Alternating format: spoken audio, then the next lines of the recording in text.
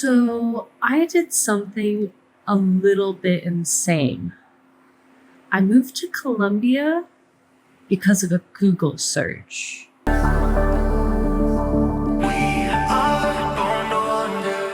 So about a year ago, I did something kind of insane. I moved to Medellin, Colombia because of a Google search. In retrospect, I did move to South Korea and Turkey with very little information as well. But this would be the place that I did the very least research on before just deciding to move there. So this might be a little bit more my MO than I thought. Like most people, I had a plan and then COVID happened. And honestly, if it wasn't COVID, it would have been something else. Life happens. The difference is that when COVID happened, I was in Myanmar in the middle of a backpacking trip across the world. I had been living in Asia for 7 years previous to the pandemic. And when the pandemic broke out, that brought that life to an end. The pandemic kind of forced me to bounce around a little bit. I ended up in Turkey and then in Mexico. I spent some time in the USA for a little bit with family. And all this time, I was looking for a place to be, somewhere that felt more secure, friendly.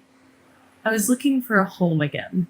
So I was sitting in my Airbnb my second week in Merida, Mexico, trying to figure out why I didn't want to be where I currently was right then. Like, what was wrong with Merida, or what was wrong with me? And so I took my questions to Google. I started to look up all of the key things that I thought would make me happy in a place that I wanted to live. I started looking up places surrounded by mountains, places near water, but not necessarily the beach. During my time in Mexico, I found I missed the mountains much more than I missed the beach. I do love water and the ocean, but it doesn't necessarily need to be with sand.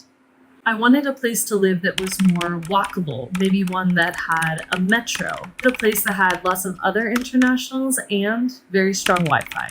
And when searching for these requirements, specifically in South America, the city that was at the top of every list was Medellin, Colombia.